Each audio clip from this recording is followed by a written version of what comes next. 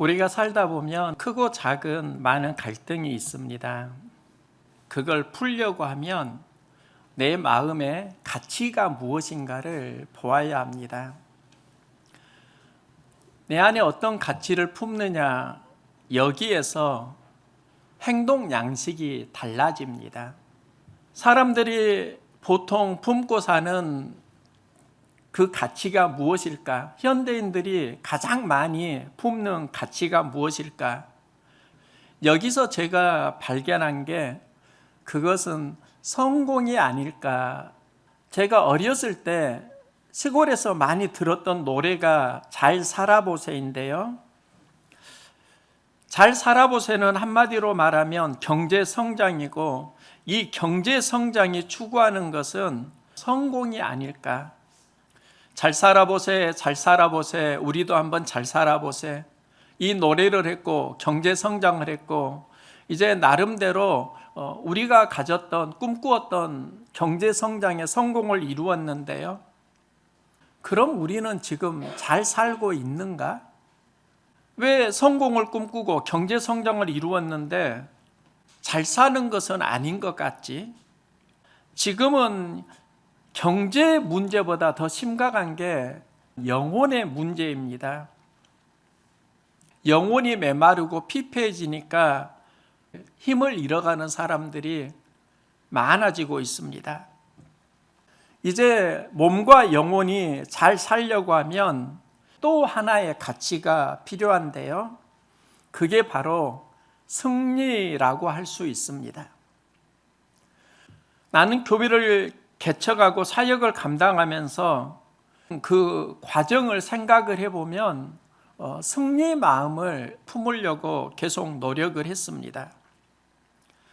성공의 기준으로 보면 부족할 수 있지만 그래도 가족들을 만나고 보람과 행복을 느끼고 있습니다. 성공 마음을 품으면 나는 작아질 수 있는데요. 승리 마음을 품으니까 보람과 행복이 새로워지는 겁니다. 하나님이 우리에게 주시는 마음, 승리 마음을 품고 그 마음으로 우리가 살아갈 수 있기를 소망합니다. 솔로몬은 세상에 부와 명예를 가진 왕입니다.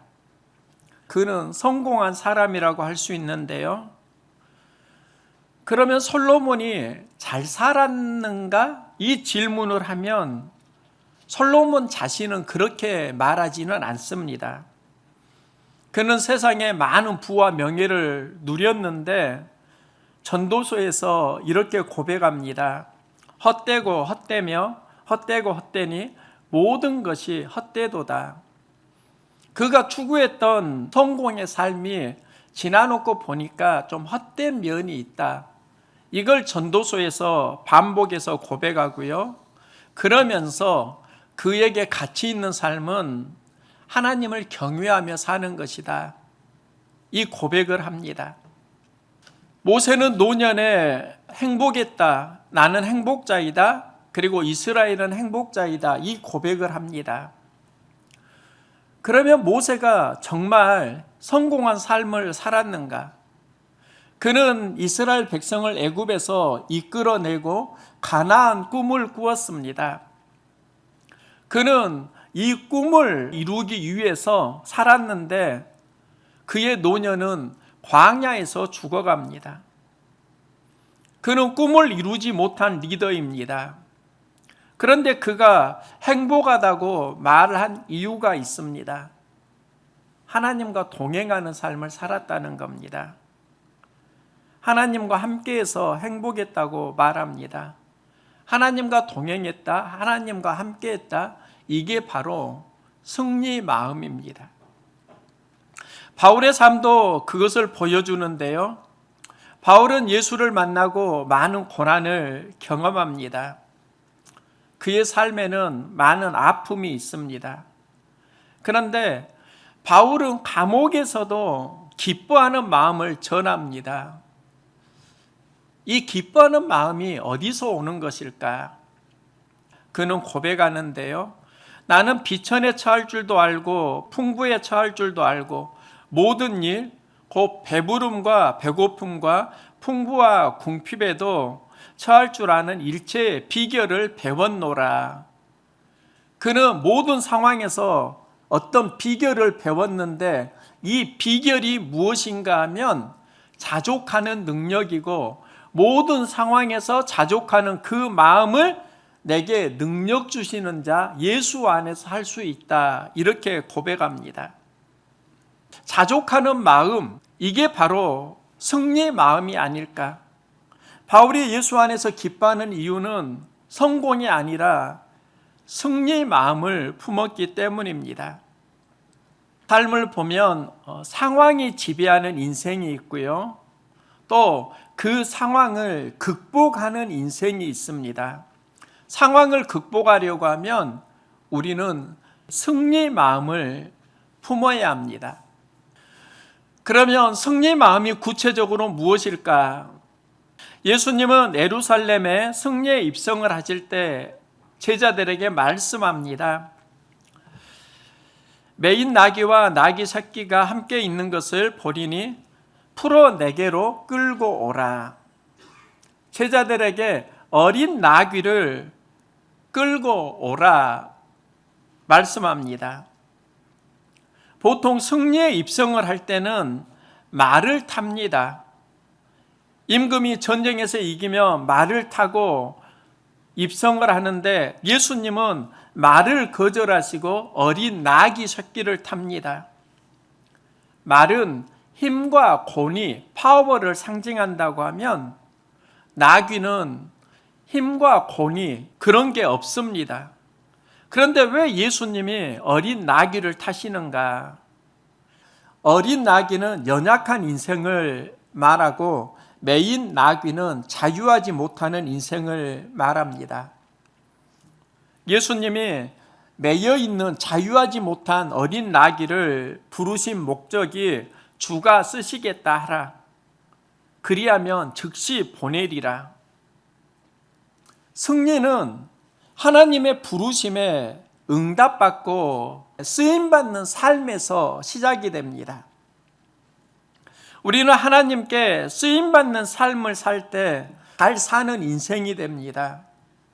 나귀를 부르시는 것은 우리를 부르시는 예수님의 콜링입니다. 예수님은 우리를 하나님의 자녀로, 구원으로 부르시고요, 또 구원받은 자녀를 하나님이 주가 쓰시겠다 하라, 다시 빛과 소금으로 파송하시는데, 이때 나귀가 예수님에게 부름을 받을 때 그 주인이 즉시 보냅니다. 즉시 보낸다는 말은 나 주님께 쓰임받고 싶어요, 기뻐한다는 의미가 있습니다. 우리의 감정이 하나님께 쓰임받을 때 기쁨의 감정을 누릴 수 있다고 하면 승리의 삶이 시작됩니다. 우리가 어디에서 기쁨을 누리는가를 보면 내가 누구인지 알 수 있습니다. 하나님께 쓰임받는 삶에서 기쁨의 감정을 우리가 누릴 때 여기에서 승리가 시작됩니다. 또 우리가 승리하면 경험하는 감정이 기쁨입니다. 저는 목회를 하면서 기쁨의 감정을 그래도 많이 누립니다. 그런데 언제 기쁨의 감정을 누리는가 보면은요, 하나님께 쓰임받을 때 그 감정을 누립니다. 저는 새 가족이 오면 그렇게 기쁘고 감사합니다. 목회 현장에서 하나님이 사람을 불러주시고 또 나는 그 현장에 쓰임받고 있다, 이 마음이 굉장히 큰 보람을 줍니다. 또 일주일간 말씀을 준비하고 말씀의 단을 잘 전하고 내려올 때 그때가 참 행복을 줍니다. 준비하는 수고를 했고 그것을 마치고 내려오면 행복합니다. 우리가 승리하려고 하면 주님께 쓰임받는 기쁨을 누릴 수 있기를 소망합니다. 그러면 우리는 승리할 수 있다고요. 또 그 나귀는 매여 있는 나귀입니다. 이 매인 인생이 예수님의 부르심에 나와 올 때, 즉 말씀을 따라갈 때 메인 영혼이 풀립니다. 우리가 언제 쓰임받는 기쁨을 누리고 또 언제 메인 인생이 풀리게 되는가? 말씀을 따라갈 때입니다. 어린 나귀를 부르신 이유가 있는데요. 스가랴는 예수님이 나귀를 타신 이유를 예언합니다. 보라, 내 왕이 내게 임하시나니 그는 겸손하여서 나귀를 타시나니 나귀의 작은 것 곧 나귀 새끼니라. 예수님이 나귀를 타신 이유는 겸손하기 때문입니다. 이 겸손의 태도가 승리하는 삶의 출발점입니다. 신앙생활을 해나갈 때 승리하려고 하면 겸손의 마음을 품어야 합니다. 이 겸손의 마음이 무너지면서 승리의 삶이 무너지는데요. 우리 자신을 보면 마음속에 겸손의 마음이 있고 또 교만의 마음이 공존합니다. 우리는 항상 겸손한 게 아니고 항상 교만한 게 아니고 겸손과 교만이 우리의 두 모습이라는 겁니다. 여기에서 우리는 어떻게 살아야 할까? 하나님이 하와와 아담을 창조하시고 에덴 동산을 선물하시는데 그 에덴 동산에 다양한 나무와 열매가 있습니다. 동산 가운데에서 생명나무와 선악을 알게 하는 나무도 있더라. 생명나무 열매가 있고 선악을 알게 하는 나무의 열매가 있습니다. 하나님은 생명나무 열매를 먹게 하시는데요. 선악을 알게 하는 열매는 그 맛입니다. 그러면 그 열매를 먹으면 우리가 생명을 유지한다. 생명나무는 알겠는데 선악을 알게 하는 나무가 무엇을 의미하는 것일까? 이걸 우리가 선악과로 알고 있는데 하나님은 왜 그것을 금하셨을까? 그 선악과가 왜 죽음에 이르게 하는 나무일까? 영어 성경을 찾아보았는데요. 그 영어 성경은 이 본문을 좀 더 이해하기 쉽게 번역을 했습니다. The tree of life and the tree of the knowledge of good and evil. 번역을 하면은요, 선과 악의 지식을 알게 하는 나무라는 의미입니다. 그러니까 무엇이 선이고 무엇이 악인지를 알려주는 나무가 바로 선과 악을 알게 하는 지식의 나무입니다. 그러면 이 의미가 무엇일까? 이 열매를 먹으면 선과 악을 판단하는 기준이 내가 된다는 겁니다. 이게 인류에게 주는 강력한 유혹입니다. 즉 하나님이 판단 기준으로 살지 말고 내 자신이 판단의 기준이 되고 그렇게 살라는 것이고 그 유혹이 먹음직하고 보암직하고 탐스럽게 할 만큼 열매인지라.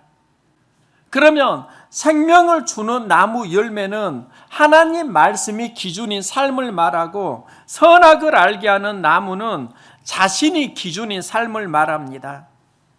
이 자신이 기준인 삶을 인류가 선택하면서 아담과 하와는 에덴 동산에서 쫓겨납니다. 그러면 그 에덴의 의미가 무엇인가? 에덴이 기쁨이라는 의미가 있습니다.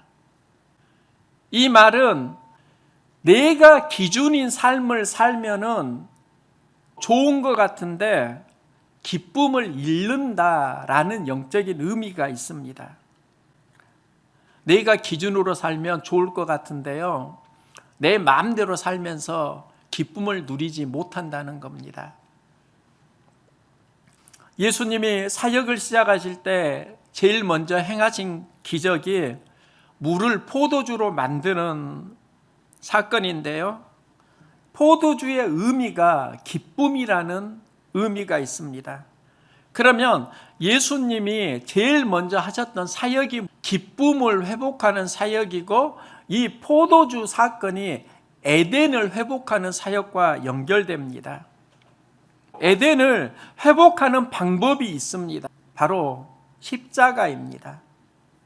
십자가 영성의 중심에 예수님은 내 온대로 마옵시고 아버지의 온대로 되기를 원하나이다. 이 기도가 있습니다. 이 아버지 하나님의 뜻대로 되기를 원한다. 이게 바로 겸손의 영성이고 내 온대로 하려고 하는 게 바로 교만의 영성입니다. 그러니까 예수님이 십자가를 감당하실 때 내 온대로 하옵소서의 교만의 영성을 아버지 온대로 되기를 원하나이다. 겸손의 영성으로 선택하시고 그 겸손의 정점이 십자가가 된다는 겁니다. 예수님이 인류를 회복하실 때 품은 마음이 겸손의 영성입니다. 예수님은 나귀를 타고 예루살렘에 입성을 하십니다. 이 나귀가 겸손을 의미합니다. 겸손한 마음을 가질 때 우리는 승리하는 삶이 시작됩니다. 말씀을 따라가는 것이 겸손이고 내 뜻을 따라가는 것이 교만이라고 하면 우리의 삶은 어떻게 살아야 하는가? 예수님의 기도는 우리도 하는 갈등 기도입니다. 내 온대로 살고 싶어요. 내 기준으로 살고 싶어요. 내 뜻대로 살고 싶어요. 여기에서 하나님의 축복을 잃어버리게 되고 하나님 온대로 하옵소서 말씀을 따라가는 삶을 살 때 에덴의 축복을 누리게 되고 우리는 승리하는 삶을 살아가는 것입니다. 예수님이 승리의 입성을 하실 때 많은 사람들을 만나게 되는데요. 예수님이 승리의 입성을 하실 때 호산나 다윗의 자손이여 찬송하리로다. 주의 이름으로 오시는 이여 가장 높은 곳에서 호산나 하더라. 예수님을 나귀가 태고 예루살렘에 입성할 때 호산나 찬양하는 사람들을 만납니다. 이 찬양하는 사람이 승리하는 삶을 응원하는 동역자들이라 이렇게 이해할 수 있습니다. 우리가 예수님과 동행하면 응원하는 사람들을 만나는데 그 응원하는 사람들이 신앙을 고백하는 사람들입니다. 호산나는 주여 간구하오니 지금 우리를 구원해 주소서 이런 의미가 있습니다. 호산나를 외치는 사람들은 모두 다 신앙을 고백하는 사람들입니다. 교회 공동체는 신앙을 고백하는 사람들의 모임입니다. 교회에 오면 응원하는 사람들을 많이 만납니다. 여기에서 힘을 얻습니다. 저는 교회 안에서 가족들의 응원을 받는 은혜를 누리는데요. 그 은혜가 어디에서 오는가? 내가 예수님 사역을 감당하기 때문입니다. 예수님과 동행하기 때문입니다. 목회자는 말씀과 동행하고 예수님과 함께할 때 가족들이 응원해 줍니다. 그리고 여기에서 목회 사역을 할 수 있는 힘을 얻습니다. 그런데 우리의 인생이 항상 응원만 있는 건 아닙니다. 예루살렘에 입성할 때 사람들이 예수가 누구인가 묻는데요. 이때 오가는 말이 있습니다. 무리가 이르되 갈릴리 나사렛에서 나온 선지자 예수라. 나사렛은 시골을 말합니다. 예수 시골 촌놈이야 이런 의미입니다. 우리가 말씀과 동행할 때 항상 응원만 받는 게 아니라 때로는 멸시와 조롱도 받는다는 것을 기억해야 합니다. 응원하는 사람을 만나지만 때로는 조롱하고 멸시하는 사람도 만납니다. 힘주는 사람을 만날 때 힘을 얻을 수 있기를 소망합니다. 힘 빼고 조롱하는 사람도 있다는 걸 이해하고 믿음으로 극복해 갈 수 있기를 소망합니다. 제가 예전에 송정시장에서 했던 경험인데요. 특별히 기억에 나는 이야기가 있습니다. 저는 채소를 사서 상추쌈을 자주 하곤 하는데요. 보통 2,000원이면 먹을 만큼 삽니다. 예전에 열무를 샀는데 많아서 시들었던 경험이 있습니다. 그날도 열무를 사러 갔는데요, 열무를 단으로 묶어서 파는 겁니다. 한 단에 5,000원입니다. 혼자 먹기에는 양이 많았습니다. 2,000원어치만 팔라고 하니까 그렇게는 팔지 않는다고 합니다. 그래서 살까 말까 살짝 망설이고 있는데요, 그 옆에 허리가 구부러진 할머니 한 분이 계셨습니다. 그 할머니가 나를 보더니 우리 저 한 단 사서 나누어 가집시다, 이 말을 하는 겁니다.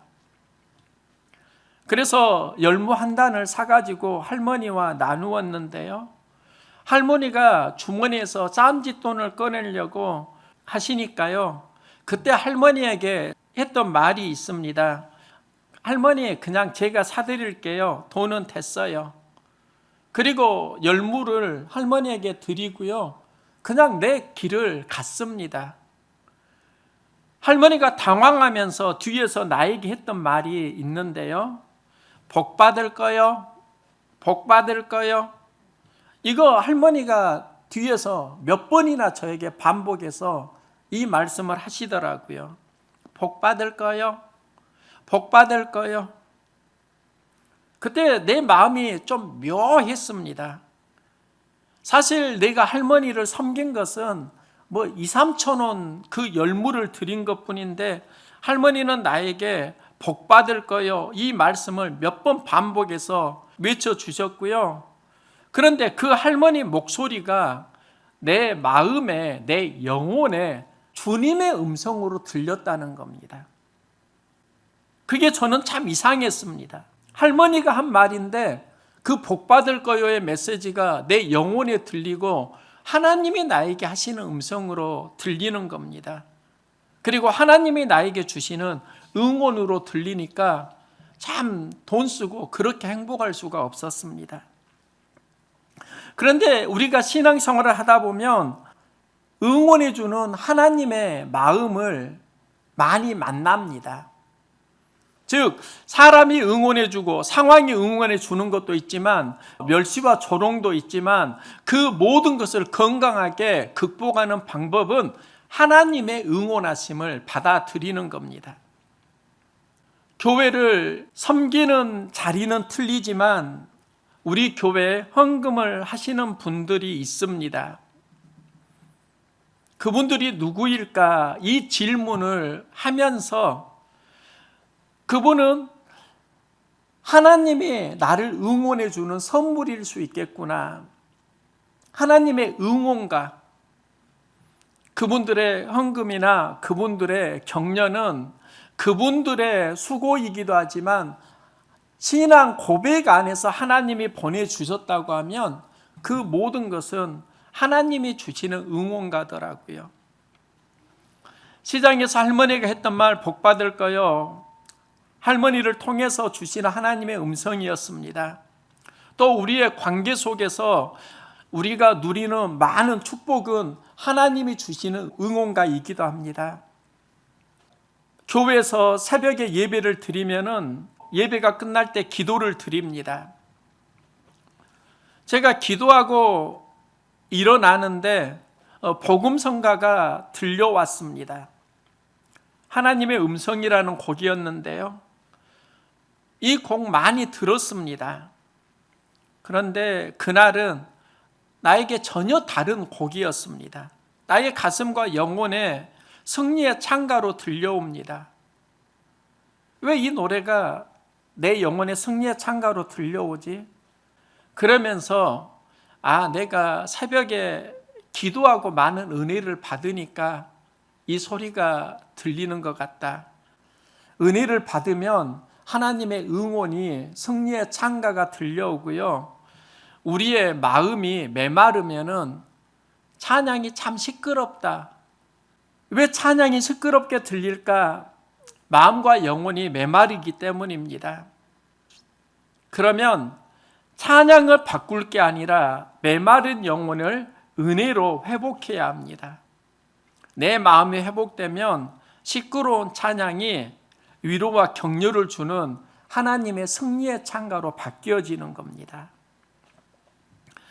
우리의 삶이 하나님의 응원가를 들을 수 있기를 소망합니다. 기도하고 말씀을 붙들고 살아가면 하나님은 우리의 영혼을 응원해 주십니다. 나는 새가 노래하는 거 많이 들었습니다. 나무가 나에게 사랑한다고 속삭이는 소리도 들었습니다. 자연이 내 영혼을 어루만지는 것도 경험했습니다. 반면에 세상이 굉장히 거칠고 사납게 나에게 다가오는 것도 경험을 했습니다. 이제는 그게 무엇을 의미하는지 압니다. 그 모든 상황의 기준은 내 자신이었습니다. 성령 충만하면 세상은 나에게 노래를 들려주고요. 모든 상황이 하나님의 선물이고 응원과 승리의 창가가 됩니다. 내 마음이 메마르면 세상은 사납게 거칠게 다가오는 경우가 참 많이 있습니다. 그래서 우리의 심령이 하나님의 응원가를 들을 수 있는 신앙이 되어야 하고, 하나님의 응원가를 들으면 우리는 힘이 납니다. 세상이 항상 우리를 응원하는 거 아니고요, 또 항상 조롱하는 것도 아닙니다. 하나님은 항상 우리를 응원하십니다. 우리가 살면서 힘이 나는 상황도 있지만 스스로 힘을 내야 하는 상황이 훨씬 더 많은 것 같습니다. 힘을 내고 힘이 나려면 이때 우리에게 필요한 게 하나님의 응원가입니다. 우리는 서로에게 하나님의 응원가입니다. 가족은 목회자에게 하나님 보내주신 응원의 손길이고, 목회자는 여러분에게 하나님의 응원의 손길입니다. 지금은 사순절 기간입니다. 우리가 십자가의 길을 따르려고 하면 어떤 마음으로 가야 할까?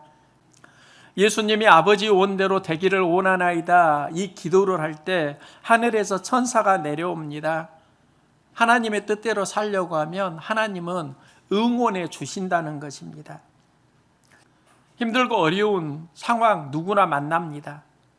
이때 응원하시는 하나님의 마음을 들을 수 있기를 소망합니다.